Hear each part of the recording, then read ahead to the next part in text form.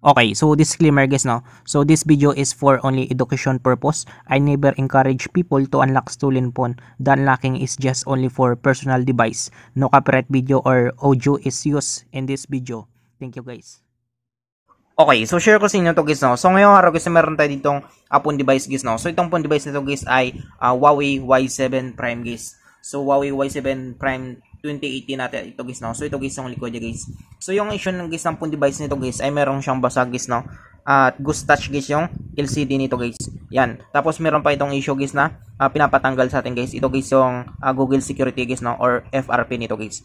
So tinry natin ito guys mano-mano guys, pero ano siya guys, no, updated guys yung security patch nito guys. Kaya ang mangyayari guys ay gagamitan natin dito guys ng tools natin guys, no, para matanggal natin guys yung Google Security nito guys, or yung FRP nito guys, no.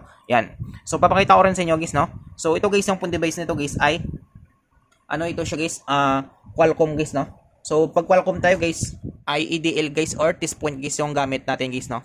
So sa mga naka MediaTek, so yung key ng mga MediaTek naman guys, yung mga chipset guys ng MediaTek ay volume up and down guys, no. So kapag ano naman tayo, spread ROM ay volume down guys yung key nito guys. So kapag mga Qualcomm naman guys, katulad nito guys ng phone device nito, yung key nito guys yung EDL or T-Point guys, no. So papakita ko rin sa inyo guys kung paano natin guys tanggalin guys yung Google Security nito guys, or yung FRP nito guys, no. Yan, papakita ko rin sa inyo guys kung paano natin guys i-test-point guys yung phone device nito guys, no. So bago niyan guys ay punta muna tayo dito guys sa ating software guys. So alamin natin guys yung test point guys ng phone device nito guys, no. So para magawa natin guys, so una natin gagawin guys ay punta muna tayo dito guys sa Huawei category guys, no. Yan. So punta muna tayo dito. So alamin natin guys yung test point nito guys, no. Yan. So Huawei tayo. So ito guys ay Huawei Y7 Prime guys, no. Huawei Y7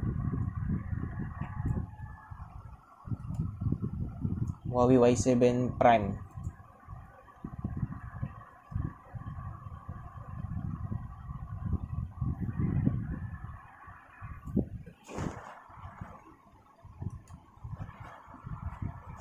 So ito guys, no. So subukan natin ito guys. So yung ano daw dito guys, yung test point nito guys ay dito guys. So parang hindi ito guys, no. So ang gagawin natin dito guys ay bubuksan natin guys yung unit nito guys para makita natin guys yung motherboard nito guys, no. Kapag kapareho sila dito guys, meron kasi sila ditong test point guys, no, or sinusundan guys para ma-detect guys ng software natin guys. So bubuksan muna natin guys yung unit nito guys. So power off muna natin. So hindi siya ma-power off guys, no. So ang gagawin natin ay direct na tayo, bubuksan na natin to guys. May tama rin kasi guys yung LCD nito guys, no, kaya ghost touch nito guys. So bubuksan muna natin to. Yan. So ito siya guys, no. So i-check natin guys kapag pareho sila guys. So parang malayo guys, no. Yan. So yung T-Point daw nito guys, yung sa picture na ito guys ay nandito guys, no. Kabilaan dito. So dito sa kanya guys ay wala siya guys, no. So ibig sabihin guys ay hindi ito guys yung hinahanap natin guys na model guys, no. So search pa tayo dito guys. So ito guys, try natin ito guys, Huawei Y7 Prime. Subukan natin ito guys kung ito. Yan. So ito pala guys, Huawei Y7 2018. Yan. So kung makita niyo guys sa picture guys, no. So sinasabi dito guys ay yung test point nito guys ay nang dito guys, no. Yan. So ito guys yung dalawang point na ito. Ito guys, no. Yan, yung dalawang point na ito guys. So yan yung pinapakita guys na dito guys sa test point guys, no. So ang gagawin natin dito guys ay gagawin na natin to guys, no. Ipapadetect natin guys sa software natin nito para matanggal guys yung Google Security nito guys, no, or yung FRP nito guys. Yan. So ang gawin natin, X muna natin to. So Huawei tayo. So search tayo dito, Y7.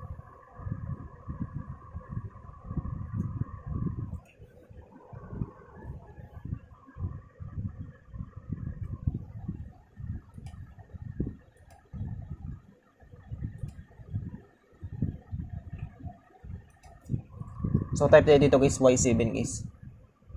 Yan. So ito guys, meron nang lumabas. So Huawei Y7 20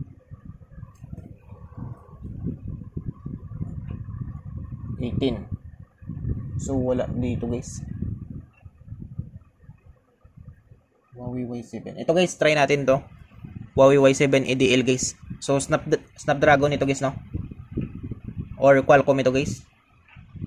So ito guys, subukan natin to. So ang gagawin natin dito guys, kailangan natin dito guys ng USB connector natin guys, no? So lagay natin ito guys sa laptop natin guys. Saksak natin sa laptop natin.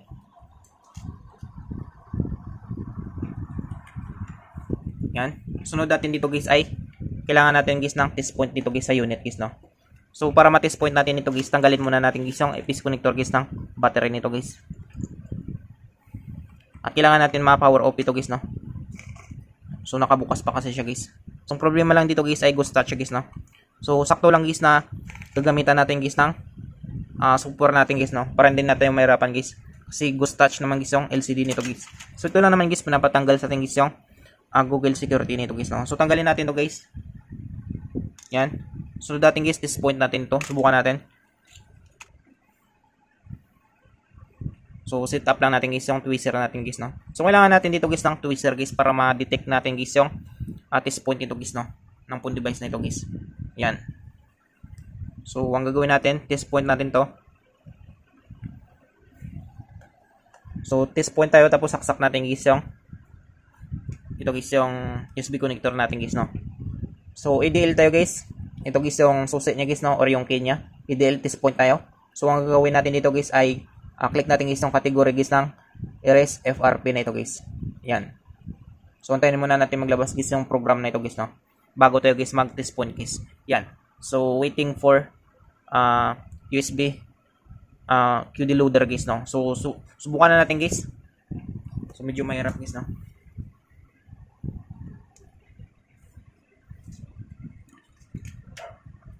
So test point natin guys, papakita ko sa inyo.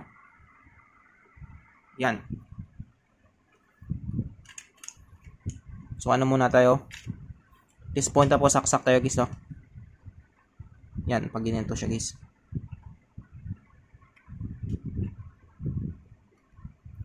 So hindi pa yan nakasaksak guys, no? So dating guys, test point natin. So itansya muna natin guys.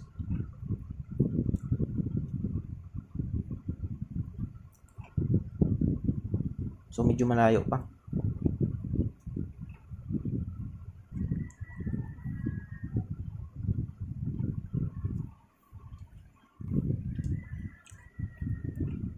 So bawasan natin to guys, no? So wala kasi tayo dito guys, ano guys, no? Control guys. Yan.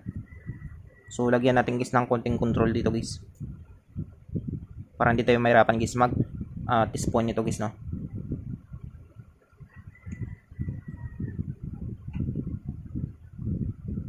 So ayan.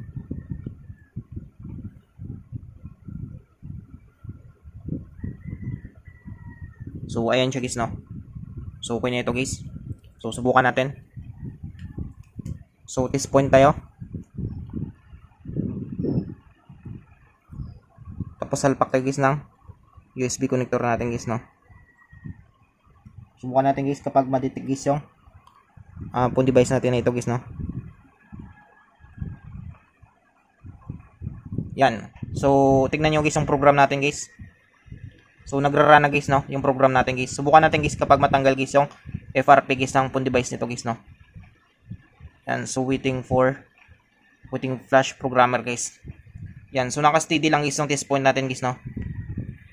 So subukan natin guys pag matanggal guys, no? So wala guys, no? So failed siya guys. Yan. So failed siya guys, no? So ulitin natin guys. So test point tayo ulit.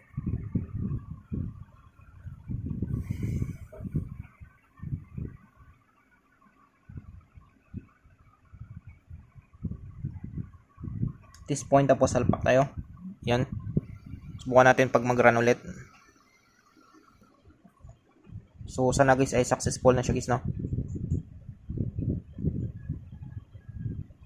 Yan. So successful siya guys. So erasing FRP guys. So successful tayo guys no. So ayan siya guys no. So kahit pa paano guys ay natanggal natin guys yung FRP nito guys no. So Qualcomm kasi ito guys. So kapag Qualcomm guys ay alam na niyo guys ay yung key niya guys ay IDL test point guys no. So ang ginawa natin dito guys ay tinest point natin guys yung phone device nito guys. Yan. So ngayon guys ay ang gagawin natin, so papakita ko sa inyo guys. Subukan natin guys no. So pandarin natin guys, tanggalin natin ito. Yan. So subukan natin pandarin guys no kapag wala na siyang FRP guys. Kung natanggal natin guys yung Google security nito guys. Yan. So subukan natin.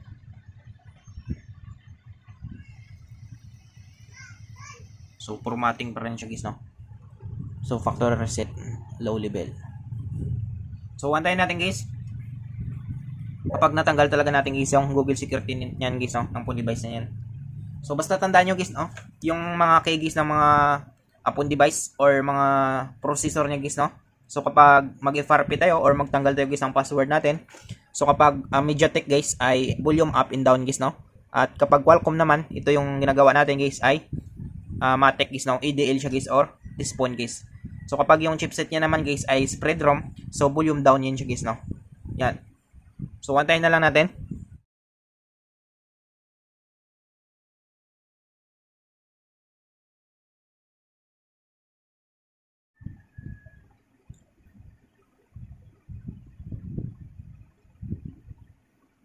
So ayun siya guys no. So subukan natin. So try natin skip. So ang problema lang dito guys ay ghost touch to guys no. So sana guys ay ma-set up natin.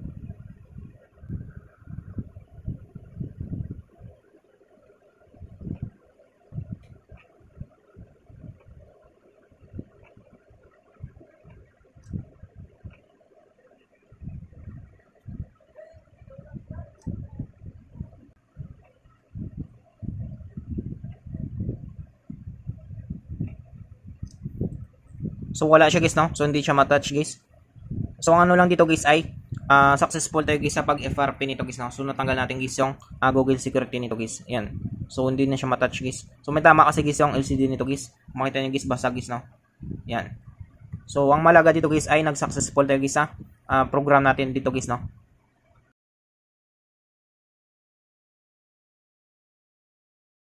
So ayaw mo-click guys yung letter guys. Yan. So ganoon lang guys no, kapag IDL guys ay T-Spawn kayo guys no, para ma-detect guys yung phone device nyo guys. Yan. So I hope guys na makatulong sa inyo tong video tutorial natin. Sa mga bago pa lang sa ating channel guys no, huwag natin kalimutan guys i-click guys yung subscribe at yung notification bell button para ma-update ko kayo guys sa susunod natin guys na video tutorial. Thank you guys and God bless sa lahat.